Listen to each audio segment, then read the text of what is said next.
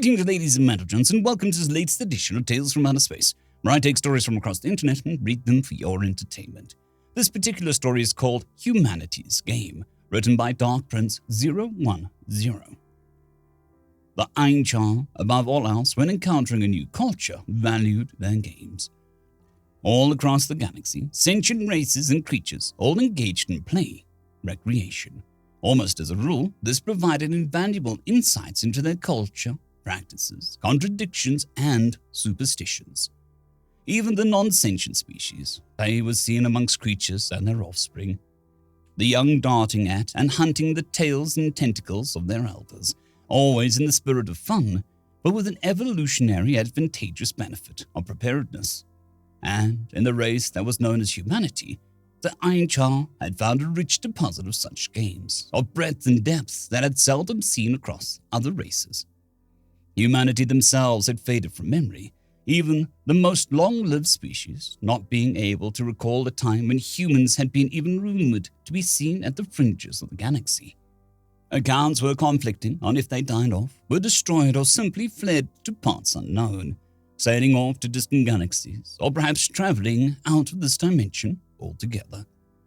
But what remained was the overgrown remnants of their colonies holding troves of data, and their home world was filled with games and activities, pastimes that could fill thousands of depositories without ever repeating itself. In games and recreation such as chess, they learned the human value for battlefield strategy, monarchy, and the occasional triumph of the lower class over its superiors.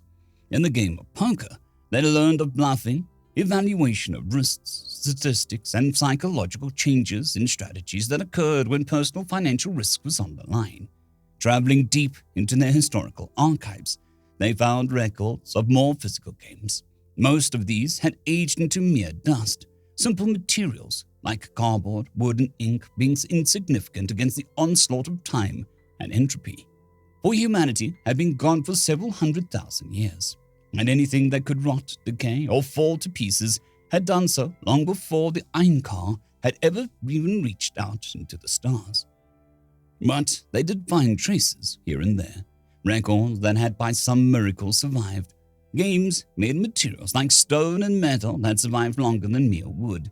Plastic, in particular, was a fascinating material, and one that was especially hardy across the millennia. It was one of these record-hunting expeditions they first found mention of digital games. Humans had a strong love and fascination for the incorporeal, something the Ainchar saw merely as thought exercises were accompanying graphics and sound effects. They were something that humans apparently found highly engrossing, and in many cases, rivaling or exceeding the interests held in the physical, interactive activities.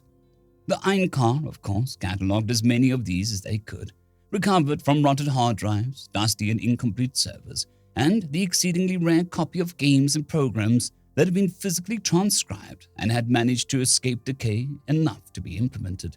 The Ainchar were even able to successfully install a human program on their own computing shard arrays. Humans considered it an achievement to run this specific program on different pieces of electronics, even those not originally intended to play programs or entertainment software. But across all of these, the Ainchar were not surprised. The physical games of hexes and resource gathering, of warfare and battle, of outwitting and trickery, and of bluffing and gambling, all were things that they had seen before. Humanity had some new twists here and there, some paths that took them by surprise. In one particular and notable instance, one ingenious human created a game and proceeded to bury it in a remote desert, something for future generations to uncover. Humanity had never actually found that game, and the Ainchar took no small degree of pride in having discovered it, playing a game from humans that no human had ever played before. But even though no human had played it, it had been played and tested and perfected by a human-made device, a computer program, an algorithm verging on so many of theirs on the knife's edge of sentience. So it predictably fell into the same tropes and patterns, some new elements here and there, but nothing that surprised the Ainchar. Until one fortunate researcher found mention of a game. Records for it were incomplete, but the gameplay records for it were immediately polarizing, and as far as the Ainchar could tell, entirely immaterial. Due to the decay of digital records, the actual mechanics of the game were unclear.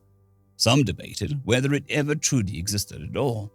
But what had survived were numerous forums and communications of those reporting participation and defeat in the game. It appeared to be one of the most challenging human games they had ever created, judging by how few victories were reported amongst the swaths of participants. Some scholars argued that there may not have been any victors whatsoever, and it was a futile gambit. This unnamed game fragment, they found, permeated all levels and layers of society, especially the young, but something that appeared to cross countless cultural and social boundaries. The researchers tasked onto discovering the nature of this game became a high priority, as the Eincar wanted to learn about this final missing puzzle piece to complete their full picture of humanity's culture, capabilities, and priorities. For a long time, no such document was found. A team of excavators eventually did manage to find a dusty and almost completely fungus-riddled thumb drive that spoke of the game.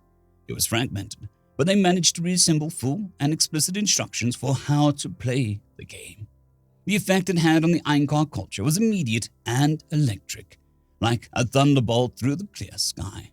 What puzzled them at first was, like so many of humanity's other games, they looked to see the echoes of what had led to the game's creation and what it taught those participating.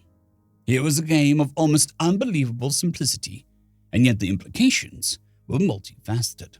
You lost the game. Why was this game taught to you? Was it only mere entertainment, or like so many other games, was it a subconscious need to train, to prepare against something? You lost the game.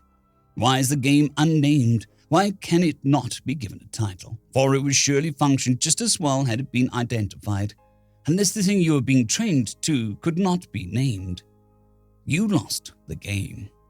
Why was forgetting important? What would be the implication if someone never forgot the existence of the game?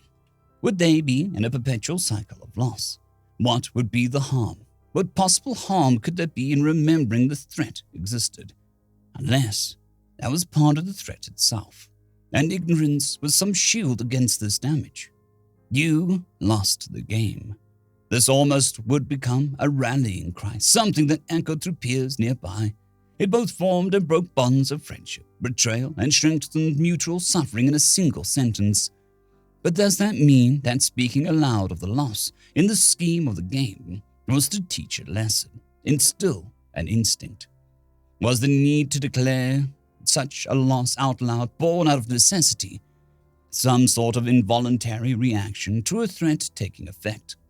Or was this a warning to allies, an attempt to guard them against whatever injury may come, or, at the very least, remind them to prepare and ready themselves, and to refresh their training instincts upon hearing this phrase when reminded of this threat?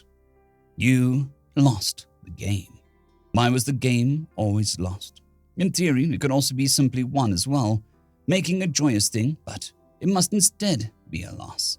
Something that shatters, something that is entropic in nature. This did not bode well, that whatever the training against was a dark threat, not something that you could reckon or bargain with. You lost the game, and, in its simplicity, it also held a tantalizing hook for the untrained and ignorant.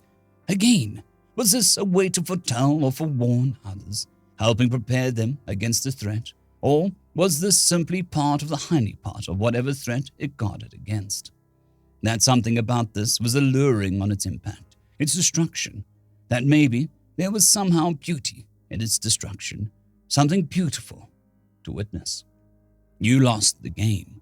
We warn you now and remind you of whoever follows after we, the great Eincar.